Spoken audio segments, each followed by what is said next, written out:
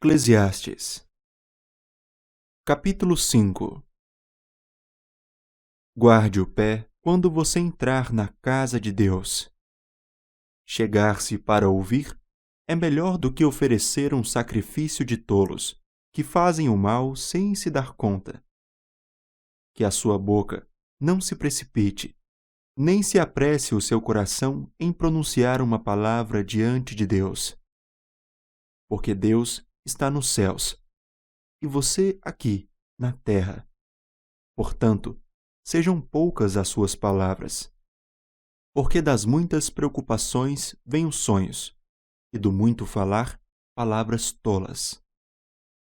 Quando você fizer algum voto a Deus, não demore a cumpri-lo, pois ele não se agrada de tolos. Cumpra o voto que você faz. Melhor é não fazer voto do que fazer e não cumprir. Não consinta que a sua boca o leve a pecar, nem diga ao mensageiro de Deus que foi descuido. Por que fazer com que Deus fique irado por causa do que você diz e deixar que ele destrua o que você fez? Porque como na multidão dos sonhos há vaidade, assim também nas muitas palavras. Portanto, tema a Deus. Se você notar em alguma província opressão de pobres e roubo em lugar do direito e da justiça, não fique admirado com isso.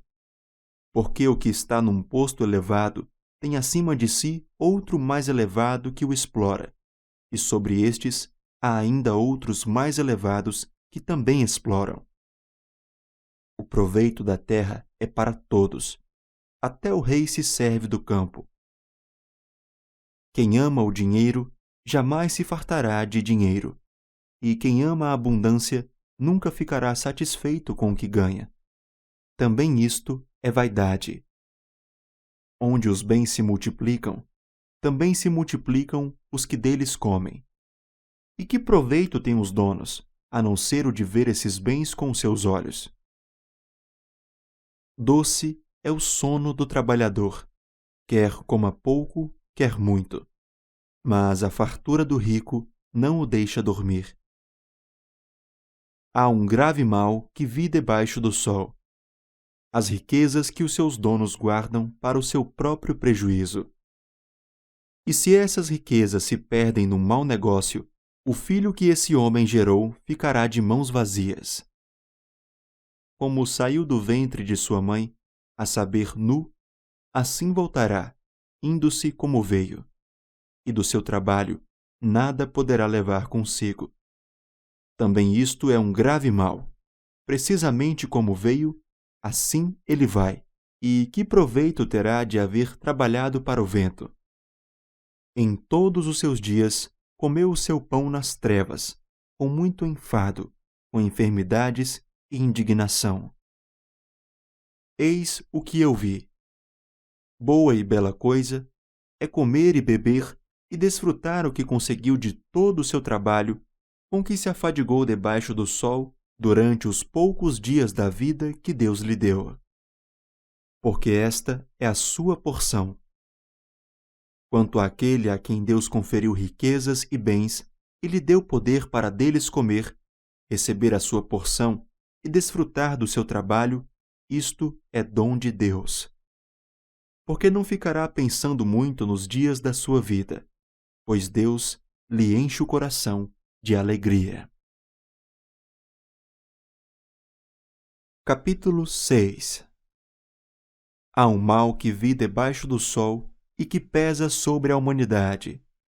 Aquele a quem Deus conferiu riquezas, bens e honra, e nada lhe falta de tudo o que a sua alma deseja, mas Deus não lhe concede que desfrute disso. Ficará para um estranho. Também isto é vaidade e grande mal. Se alguém gerar 100 filhos e viver muitos anos, até uma idade avançada, e se a sua alma não se fartar do bem, e além disso não tiver sepultura, digo que um aborto é mais feliz do que ele, pois o aborto vem ao mundo para nada, e desaparece na calada da noite, e as trevas encobrem o seu nome. Não viu o sol, nada conhece, porém tem mais descanso do que o outro, ainda que aquele vivesse 2 vezes 1000 anos, mas não desfrutasse do bem. Por acaso não vão todos para o mesmo lugar? Todo o trabalho do ser humano é para a sua boca. Contudo, o seu apetite nunca se satisfaz. Pois que vantagem tem o sábio sobre o tolo? Ou o pobre que sabe como sobreviver? Melhor é o que os olhos veem do que aquilo que a alma deseja. Também isto é vaidade e correr atrás do vento. Tudo o que agora existe já recebeu um nome há muito tempo. E sabe-se o que é o ser humano, e que não pode enfrentar quem é mais forte do que ele. Quando aumentam as palavras, aumenta a vaidade. Qual o proveito que se tem disso? Pois quem sabe o que é bom para uma pessoa durante os poucos dias da sua vida de vaidade, os quais ela gasta como sombra? Quem poderá lhe dizer o que vai acontecer debaixo do sol depois que ela morrer? Capítulo 7. A boa fama é melhor do que um bom perfume, e o dia da morte é melhor do que o dia do nascimento. Melhor é ir à casa onde há luto do que ir à casa onde há banquete, pois naquela se vê o fim de todas as pessoas, e que os vivos o tomem em consideração. Melhor é a mágoa do que o riso, porque com a tristeza do rosto se melhora o coração. O coração dos sábios está na casa do luto, mas o dos insensatos na casa da alegria. Melhor é ouvir a repreensão do sábio do que ouvir a canção dos tolos, pois como o crepitar dos espinhos debaixo de uma panela, assim é a risada dos tolos. Também isto é vaidade. Certamente a opressão faz do sábio um tolo, e o suborno corrompe o coração. Melhor é o fim das coisas do que o seu princípio. A paciência é melhor do que a arrogância. Não se apresse em ficar irado, porque a ira se abriga no íntimo dos tolos. Nunca pergunte, por que os dias passados foram melhores que os de agora? Pois não é sábio fazer essa pergunta.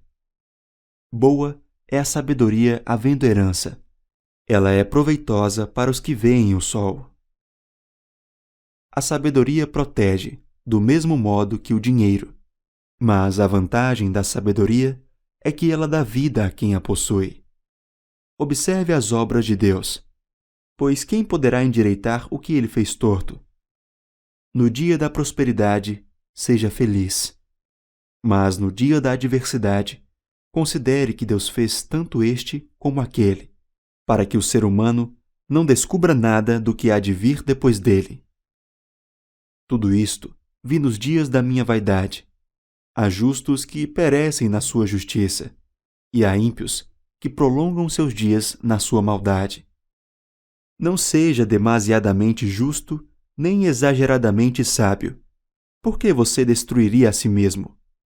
Não seja demasiadamente perverso, nem seja tolo, porque você morreria antes da sua hora. Bom é que você retenha isto e também não abra mão daquilo, pois quem teme a Deus sai ileso de tudo isto. A sabedoria fortalece o sábio, mais do que 10 poderosos que se encontram numa cidade. Não há nenhum justo sobre a terra que faça o bem e que não peque. Não dê atenção a todas as palavras que se dizem, para que você não venha ouvir o seu servo amaldiçoando você. E você sabe que muitas vezes você mesmo já amaldiçoou os outros. Tudo isto examinei por meio da sabedoria. Eu disse, serei sábio. Mas a sabedoria estava longe de mim. O que está longe e é muito profundo, quem o poderá encontrar? Procurei conhecer, investigar, buscar a sabedoria e a razão, e compreender que a maldade é estupidez e a tolice é loucura. Achei coisa mais amarga do que a morte, a mulher cujo coração é rede e armadilha e cujas mãos são correntes. Quem agrada a Deus fugirá dela, mas o pecador virá a ser seu prisioneiro. Eis o que descobri, diz o pregador.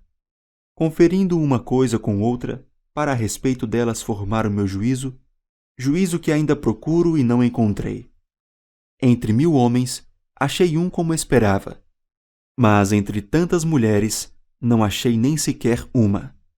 O que descobri é tão somente isto, que Deus fez o ser humano reto, mas ele se meteu em muitos problemas. Capítulo 8.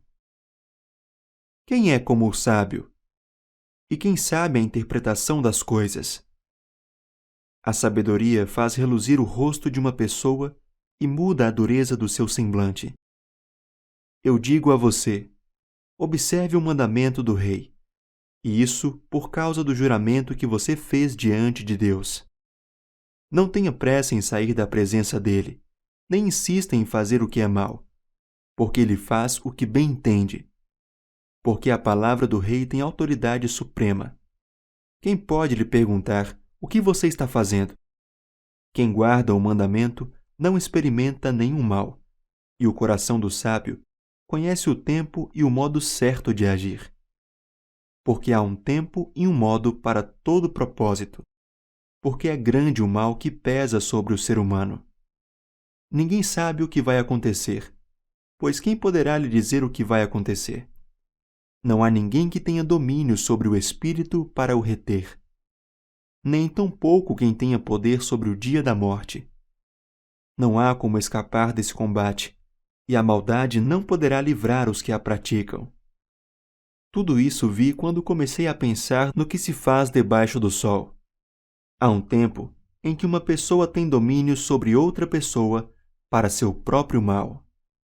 Assim também vi os ímpios serem sepultados com honra, ao passo que os que frequentavam o lugar santo foram esquecidos na cidade onde fizeram o bem. Também isto é vaidade. Como não se executa logo a sentença contra uma obra má, o coração humano está inteiramente disposto a praticar o mal. Ainda que o pecador faça o mal 100 vezes e a vida dele se prolongue, eu sei com certeza que tudo correrá bem para os que temem a Deus. Mas nada correrá bem para o ímpio, e ele não prolongará os seus dias.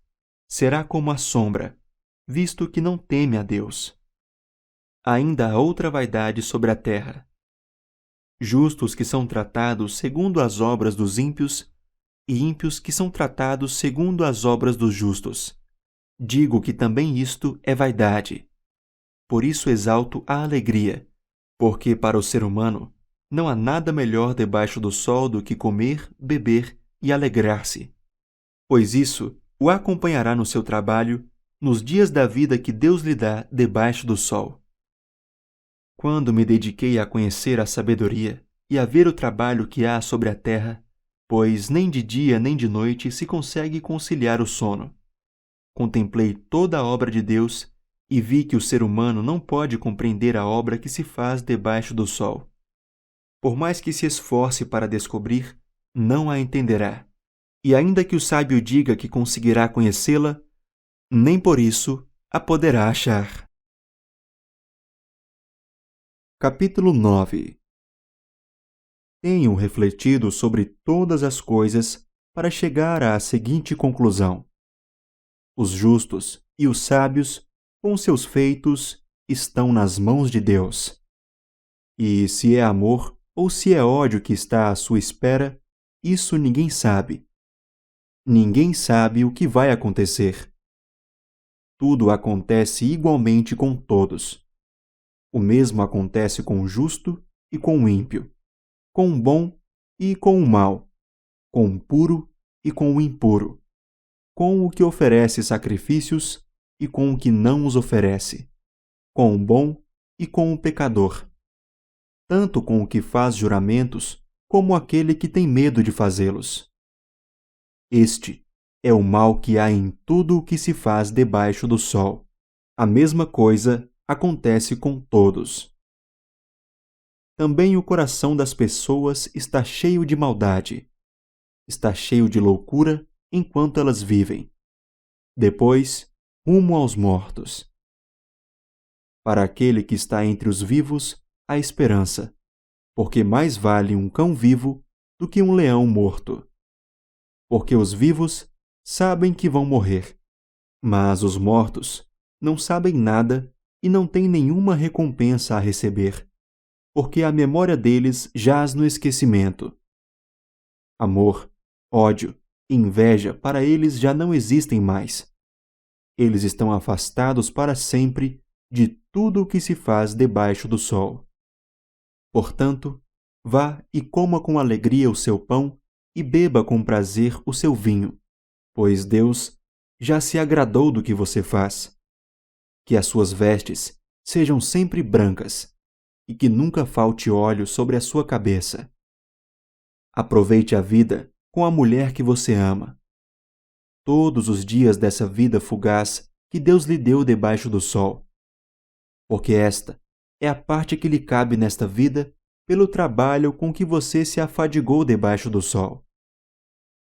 Tudo o que vier às suas mãos para fazer, faça-o conforme as suas forças, porque na sepultura, que é para onde você vai, não há obra, nem projetos, nem conhecimento, nem sabedoria alguma.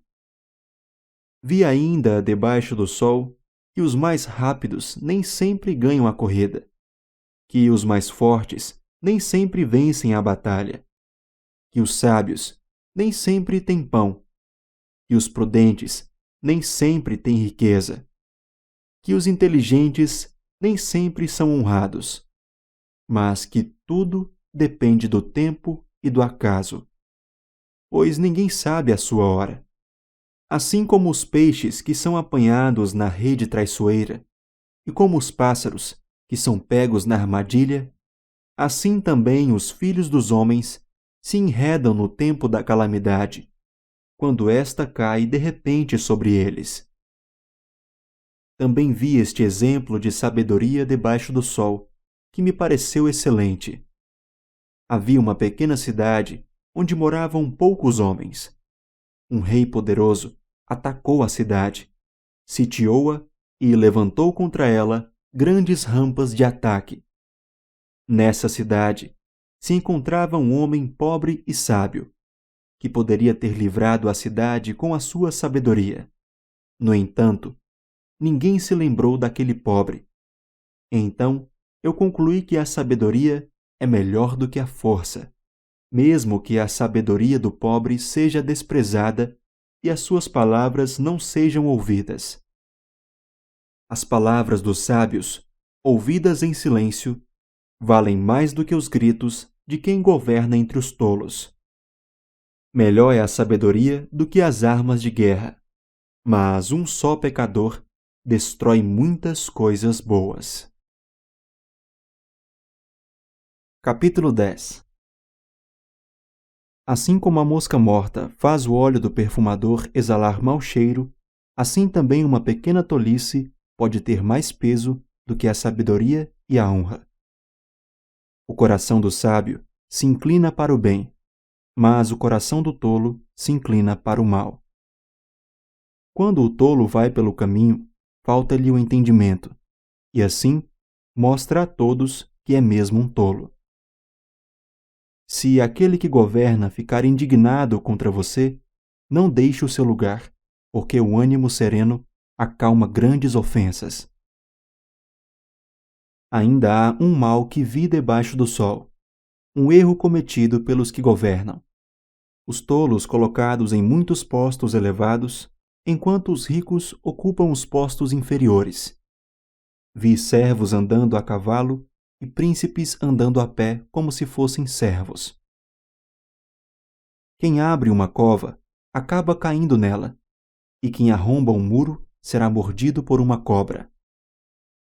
Quem arranca pedras será ferido por elas, e o que racha lenha se expõe ao perigo.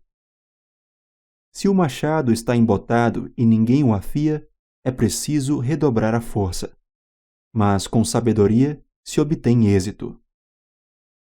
Se a cobra morder antes de estar encantada, de nada adianta o trabalho do encantador.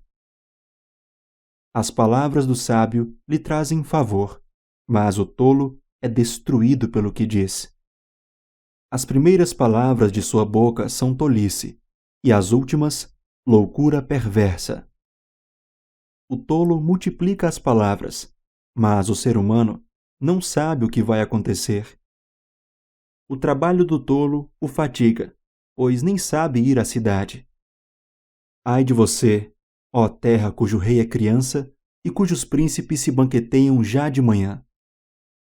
Feliz é você, ó terra cujo rei é filho de nobres e cujos príncipes se sentam à mesa a seu tempo para refazer as forças e não para se embriagar. Por causa da preguiça, o teto desaba, e por causa dos braços cruzados, a casa tem goteiras. As festas são feitas para rir, o vinho alegra a vida, e o dinheiro dá conta de tudo. Nem em pensamento fale mal do rei, e não fale mal do rico, nem mesmo quando você estiver sozinho em seu quarto, porque as aves do céu poderiam levar a sua voz, e o que tem asas poderia contar o que você falou.